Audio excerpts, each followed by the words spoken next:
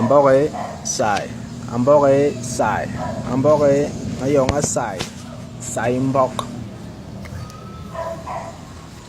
Pour tous ceux qui ne me connaissent pas encore, moi c'est Masoki Mamasoki. Je suis fils de la grotte sacrée, la grotte mythique, le rocher percé, la montagne rocheuse, la montagne de Dieu, appelée Ngor le Touba au Cameroun. Je suis également l'arrière-petit-fils et héritier du grand guide traditionnel, le grand patriarche, celui qui a vaincu la mort au nom de Mbombo Ndjamé. Les politiciens mythomanes camerounais sont tous tombés d'accord de diviser une nation unie par l'histoire et même par ses origines. Pour des fins politiques, à un dessein non élucidé, ils ont transformé des partis politiques en des groupes ethniques. Ils ont divisé cette nation qui est le Cameroun. Cette nation qui est le Cameroun a pu bel et bien être une création de la colonisation. C'est le produit même de la colonisation, mais car cela ne tient, les habitants de ce territoire, de cet enclos colonial, ont les mêmes origines. Ils sont tous un seul peuple. Alors, ce n'est donc pas la colonisation qui est venue unir ces tribus qui constituent aujourd'hui la nation appelée Cameroun. Ce n'est donc pas aussi l'État-nation qui unit les habitants et les différents peuples de l'actuel Cameroun. Car sur le plan historique, depuis la nuit des temps, ces peuples et habitants de l'actuel Cameroun, ce produit de la colonisation, ils sont tous un et un même peuple. Je l'ai démontré mille et une fois. Et aujourd'hui, j'aimerais un peu le refaire. Car la répétition est la mère de l'enseignement. J'ai écrit dans l'un de mes ouvrages intitulé Notre tradition, notre religion. J'ai démontré qu'il n'y avait pas plusieurs traditions africaines, mais qu'il y avait une seule tradition ayant plusieurs cultures, car tous les peuples africains ont les mêmes origines.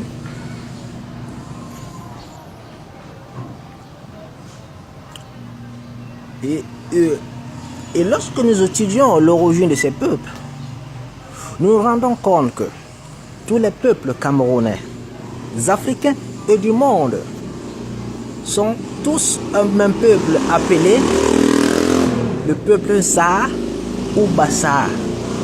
Ils sont tous un même peuple appelé Sa ou le peuple Bassa. Par coïncidence, moi qui aimais moi qui fais cette déclaration, je suis issu de ce peuple qui aujourd'hui se fait toujours appeler Bassa. Alors, beaucoup pensent que j'ai un tribalisme notoire, car je dis tout le Cameroun est Bassa, toute l'Afrique est Bassa, tout le monde est Bassa. Il y a de cela 2 jours, je m'entretenais avec un de mes frères de l'Ouest, Cameroun, un Bamléké, que moi je m'appelais les Bamlékés, les Bassa de l'Ouest. Et avant de poursuivre, pour ceux qui m'écoutent au quotidien, j'ai eu l'habitude de ne jamais appeler le peuple Bassa Bassa. je m'identifie toujours au peuple de la grotte sacrée Ngor Litouba parce que les enfants de la grotte sacrée Ngor Litouba ne sont qu'une tribu Bassa. Alors, en s'identifiant comme Bassa, c'est pour dire que nous sommes le seul Bassa. Non. Nous ne sommes que cette tribu Bassa qui n'a pas oublié son histoire et a retenu le nom Bassa. Et tout ça, c'est pourquoi je vous conseille de lire un peu mon livre intitulé Notre tradition, notre religion. Car je démontre tout ceci. Alors, comme je disais tantôt, il y a de cela 2 jours, je m'entretenais avec un de mes frères de l'Ouest, le Bassa de l'Ouest, un Bamléké. Et quand je lui ai dit, vous êtes des Bassa, tout le Cameroun est Bassa, du nord au sud, de l'est à l'ouest, toute l'Afrique est Bassa. Alors, il a vu ça comme du tribalisme. Bon. Et je lui ai dit, vous les Bamléké, vous venez d'où? Vous les Bamléké, vous venez d'où? Il me dit, de l'Égypte. Je dis très bien, je suis très content d'entendre cela. Nous que nous appelons Bassa, nous qui nous appelons encore Bassa, nous peuple de la grotte sacrée, nous venons aussi d'Égypte. Mais quand vous venez d'Égypte, vous appartenez dans quelle tribu en Égypte? Dites-le moi. Vous appartenez dans quelle tribu en Égypte? Avez-vous le nom de votre tribu en Égypte? Il n'a pas pu le dire. De la même façon, quand je dis un bêtis, vous êtes des Bassa, ils disent non. Mais eux aussi disent qu'ils viennent de l'Égypte. Et quand je demande aux bêtis, vous venez dans quelle tribu en Égypte? Quel est le nom de votre tribu? Là, personne ne peut vous répondre. Mais moi, je dis, quand les Bassa vous disent qu'ils viennent de l'Égypte, c'est parce que jusqu'à présent, ce sont des choses qui sont démontrables. Jusqu'à présent, vous allez en Égypte, vous trouvez une tribu qui s'appelle Bassa. Jusqu'à présent, vous allez en Égypte, vous trouvez encore une ville qui s'appelle Nsa, parce que Bassa, c'est la construction de 2 mots. Ba et Sa. Ba, qui est le dénominateur commun des langues bantou, qui désigne le pluriel, et vous avez Nsa. Donc Bassa veut dire quoi? Ceux de Sa ou le peuple de Sa. Alors jusqu'à présent, vous avez encore une ville en Égypte qui s'appelle Sa. Alors, à l'origine, elle s'appelle Nsa, mais lorsque les Arabes sont venus, ils ont ajouté El Agar. Donc jusqu'à présent en Égypte, il y a une ville qui s'appelle Nsa El Agar. Alors, je dis à mon frère Bamléké ou à mon frère Betty, ok, vous venez d'Égypte, c'est très bien. Mais vous appartenez à un peuple de l'Égypte qui s'appelle Bassa, parce qu'il n'y a jamais eu un peuple en Égypte qui s'appelait Betty, ou peut-être un peuple en Égypte qui s'appelait Owondo. Mais il y a eu un peuple dont nous connaissons tous le nom. Et or maintenant, il y a eu plusieurs migrations. Lorsque l'Insa ou les Bassa vont commencer à quitter l'Égypte tout azimut, lorsque le roi Cambyse de Perse va conduire ce dernier raid qui va vraiment fragiliser l'Égypte, les Sahara vont commencer à migrer tout azimut pour revenir à leur point d'origine. Et là, je l'ai déjà parlé. Alors, il y a donc eu plusieurs migrations. Il y a eu plusieurs migrations des Bassa. Et le problème, c'est quoi? Certains groupes qui ont migré ont oublié qu'ils sont des Bassa et ont pris le nom de leur leader de l'exode. Par exemple, prends un cas très simple. Lorsque les Bassa, un groupe de Bassa va quitter l'Égypte, ils vont passer par le Soudan. Et même lorsque nos frères Bamléké vont quitter l'Égypte, ils vont passer par le Soudan. Alors, ils passent par le Soudan, ils entrent dans les régions du lac Tchad, ils vont faire une bifurcation vers le Nigeria. Et à partir du lac Tchad jusqu'au Nigeria, ils sont conduits par un leader qui s'appelle Ngué Nanga Nanga. Ils sont conduits par Ngué Nanga Nanga. Ngué Nanga Nanga va entrer avec les Bassa au Nigeria. Il va déposer un campement de Bassa au Nigeria. Il va recontinuer avec un autre groupe de Bassa pour entrer à la Damaroua, qui est au Cameroun, parce qu'il y a la Damaroua au Nigeria aussi, mais il va entrer à la Damaroua qui est au Cameroun. Et or, les Bassa ce campement de Bassa qui a été déposé au Nigeria, bien qu'ils n'ont pas oublié qu'ils sont des Bassa, mais ils vont donc honorer Ils vont donc honorer leur leader de l'exode, qui était Nge Nanga Nanga, alors ils vont s'appeler Bassa Nge. Alors, donc, vous avez il y a plusieurs groupes de Bassa au Nigeria, mais il y a un groupe qui s'appelle Bassa Nge. Et moi, je suis allé à la rencontre de Bassa Nge au Nigeria, il y a de cela 3 ans. Alors, c'est ce même Nge Nanga, c'est ce même Nge Nanga Nanga qui va conduire les Bassa, les Bassa du côté du sud Cameroun. Et voyez, et certains groupes vont oublier qu'ils sont Bassa, ils vont porter le nom de leur leader. Comme par exemple les Nanga et Boko. Les Nanga et Boko. Ils vont oublier qu'ils sont Bassa et vont prendre le nom de leur leader Nanga. Et c'est donc de ce Nanga que tire le nom de Sananga, le fleuve Sanaga. Alors, je ne vais pas développer ce côté très loin, parce que ce n'est pas vraiment le but de ce sujet. Alors, dans l'une de mes vidéos que j'ai faites, il y a de cela quelques mois, ou alors dans certains de mes ouvrages, j'ai eu à dire que, en fait, que l'humanité commence, que l'humanité tire ses origines à la grotte sacrée Ngor-le-Toba au Cameroun. Alors, c'est là que les premiers humains sont sortis, mais ceci n'a pas encore été démontré. Les archéologues ne l'ont pas encore prouvé, mais c'est pas parce que c'est pas vrai. Mais comme dit toujours Cheikh Anta Diop, un sage, c'est celui qui n'est pas compris en son temps, mais qui est compris 50 ans plus tard. Alors donc ce que je dis aujourd'hui, c'est pas pour que je sois compris par ma génération, mais pas des générations futures. Alors, c'est pas ça. C'est pas ça aux grottes, qui sont ceux de la grotte sacrée Ngor-le-Toba au Cameroun. C'est donc eux qui vont aller créer la civilisation égyptienne. C'est qui vont aller créer la civilisation égyptienne. Donc l'Égypte, parce que l'Égypte réelle existait d'abord. L'Égypte réelle existait d'abord sur un plan métaphysique, qui est Ngor-le-Toba. Les Bassa sont des gros sacrés ne vont que aller déposer la civilisation. Alors, et lorsqu'ils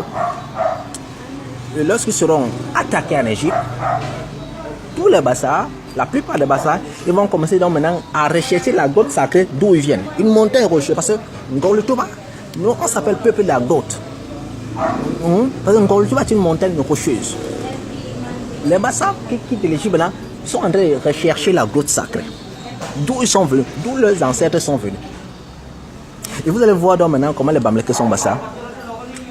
Parce que même nos frères Bamileke sont en train, parce qu'ils sont sur le Bassa, ils sont en train de rechercher la grotte sacrée Ngor-le-Toba. Voilà.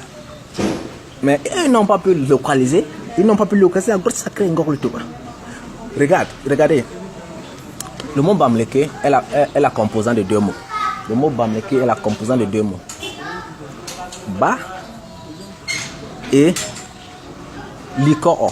Ba et Liko. Parce que Bamileke c'est une mauvaise connotation, comme vous avez Bantou. Parce que Bantou c'est Bamuntu. C'est pas Bantou. Et comme les Allemands n'ont pas pu dire Bamuntu, ils vont dire Bantou. Donc, certains de nos noms sont issus des mauvaises contractions. Comme par exemple le mot Kenya.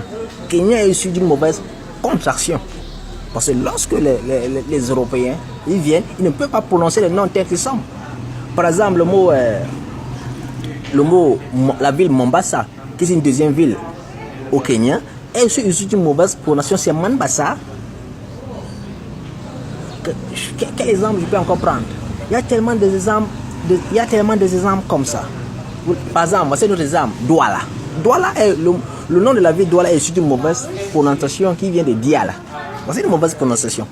Alors, donc, le mot Bamileke est composé de 2 mots, Ba et Liko. Maintenant, j'ai dit ceci, j'ai dit au début que Mba est le dénominateur commun de toutes les langues bantou qui désignent le pluriel. Ceux deux. Liko veut dire quoi en Bamileke? Ça veut dire montagne. Liko veut dire montagne. Donc, c'est la mauvaise prononciation de Baliko qui va donner Bamileke. Ah oui. Voilà. Et les Bamileke savent donc que eux, c'est Bassa, les Bamileke, c'est Bassa, eux savent qu'ils sont peuple d'une montagne. Parce que la grotte sacrée, Ngoltuba est aussi une montagne, c'est une montagne. La grotte sacrée Ngoltuba est une montagne, c'est une montagne rocheuse. Donc, lorsque les Bassa vont commencer à quitter l'Égypte, parmi ces Bassa, il y a les Bamileke, eux ils sont en train de chercher la montagne. Mais ils n'ont pas pu localiser cette montagne. Ils vont donc aller s'installer aux montagnes de l'Ouest. C'est pour on dit, c'est pour on se dit, Likoo, ceux de la montagne. Likoo veut dire montagne en Bamileke. Et comment les Bassa de la grotte sacrée disent montagne? Ils disent Likoa. Likoa. Vous avez Likoa et Likoo. Quelle est la différence entre Likoa et Likoo? Maintenant, vous devez donc maintenant apprendre l'archéolinguistique. L'archéolinguistique est cette science qui étudie l'origine des mots. Je profite de cette occasion pour dire merci infiniment à mon oncle, monsieur Mbogol, qui m'a initié à l'archéolinguistique, qui a étudié les langues, qui est docteur en langues africaines à l'université de Yaoundé, qui m'a initié à l'archéolinguistique. Et il y a un principe très simple. Dans l'archéolinguistique. Si les groupes ethniques distincts ont des vocables ou des mots qui signifient la même chose, ça veut dire que ils ont une histoire commune. Ça veut dire qu'ils ont les mêmes ancêtres. Vous voyez un peu. Vous avez donc Likoo chez les Bamileke et Likoa chez la grotte sacrée. Voilà la différence. Ça veut dire qu'on va dans un même peuple. Alors, nos frères de l'Ouest, des montagnes de l'Ouest, et nous, la montagne au sud. Et dans certaines de mes publications, dans certains de mes livres, j'ai déjà eu à démontrer plusieurs fois l'origine Bassa de Bamoun. J'ai eu à démontrer plusieurs fois l'origine Bassa de Bamoun. Je ne reviens plus là-dessus. Les Bamoun ont même le nom, même leur propre nom de Bamoun.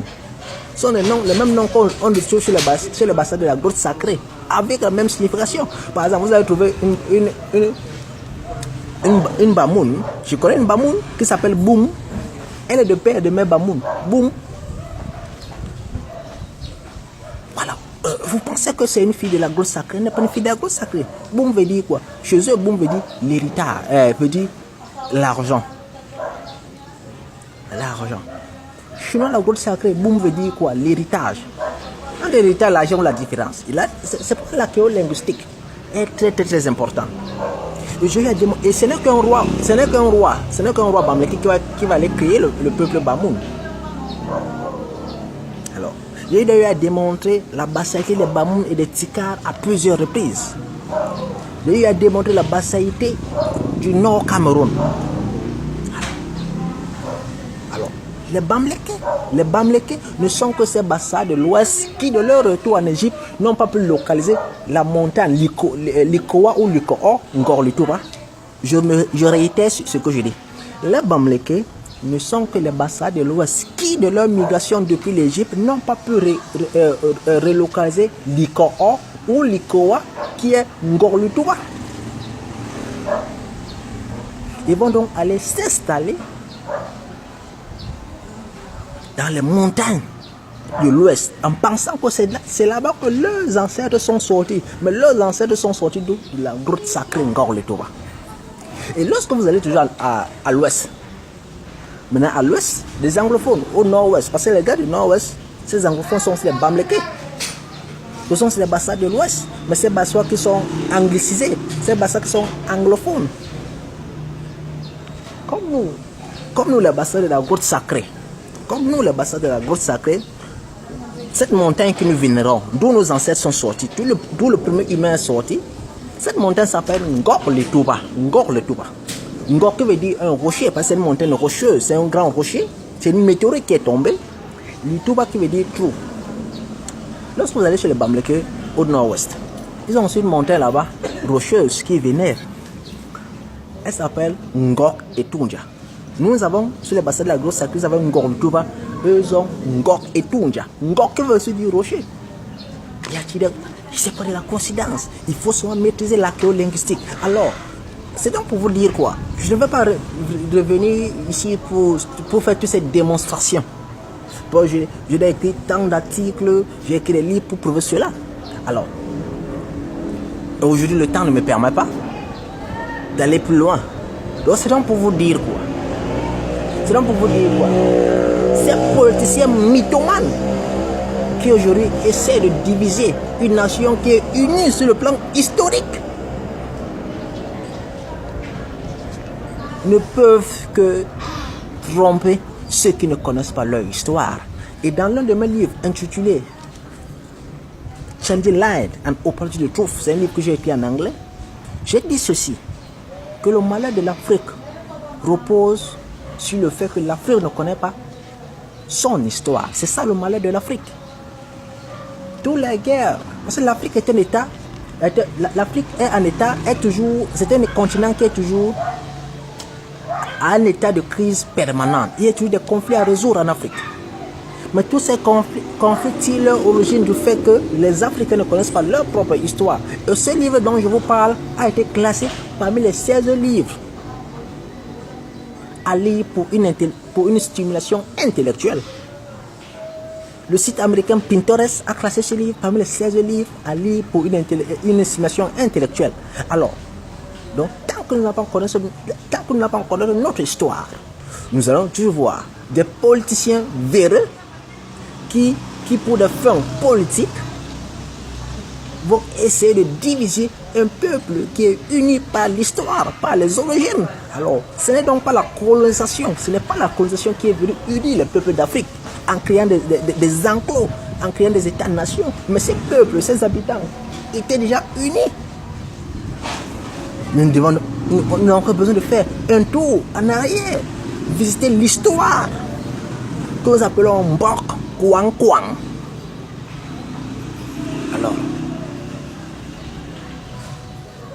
Alors, dans ces crises politiques que nous assistons au Cameroun, on vous parle des tribus. Car c'est quoi? Les tribus comme Bamleke, Beti, Bassa, ce sont des alibis fédérateurs. Il ne s'agit que des alibis fédérateurs. Et les politiciens semblent s'accrocher sur un alibi fédérateur. Car dans un État qui se veut démocratique et où la prise de pouvoir ne peut que passer par les urnes, on a besoin des alibis fédérateurs. Car dans la démocratie, c'est le grand nombre. On accède au pouvoir par le grand nombre. La démocratie est donc quoi? La démocratie n'est donc pas le reflet de la vérité, mais le reflet du nombre. Alors, se constituant en Bamleke donne un grand nombre, se constituant en Beti donne un grand nombre, se constituant en Bassa donne un grand nombre, se constituant en anglophone donne un grand nombre. Ce sont des alibis fédérateurs. Mais je vous appelle à connaître votre histoire. Le Cameroun est Bassa, le Cameroun est Bassa, l'Afrique est Bassa, le monde est Bassa. Et je mets quiconque au défi. Quand quelqu'un vous dit qu'il sort de l'Égypte, dis-lui en Égypte, votre tribu s'appelait quoi? Mais moi, quand je dis que les Bassa sortent d'Égypte, je dis voici le nom de ma tribu en Égypte. Vous pouvez faire des recherches et jusqu'à présent, il y a une ville qui porte le nom ça. Alors, donc c'est donc ça. En conclusion, les Bamleke sont des Bassa de l'Ouest. Alors, que les politiciens font leur guerre sans toutefois modifier l'histoire, sans toutefois diviser un peuple qui est uni. Les Bamleke sont des Bassa. Quittez dans ça. Comme dit Alpha Blondy, quittez dans ça. Quitte dans ça. À bon entendeur, salut. Ambore Sai. Ambore Sai. Ambore Mayonga Sai. Sai Mbok.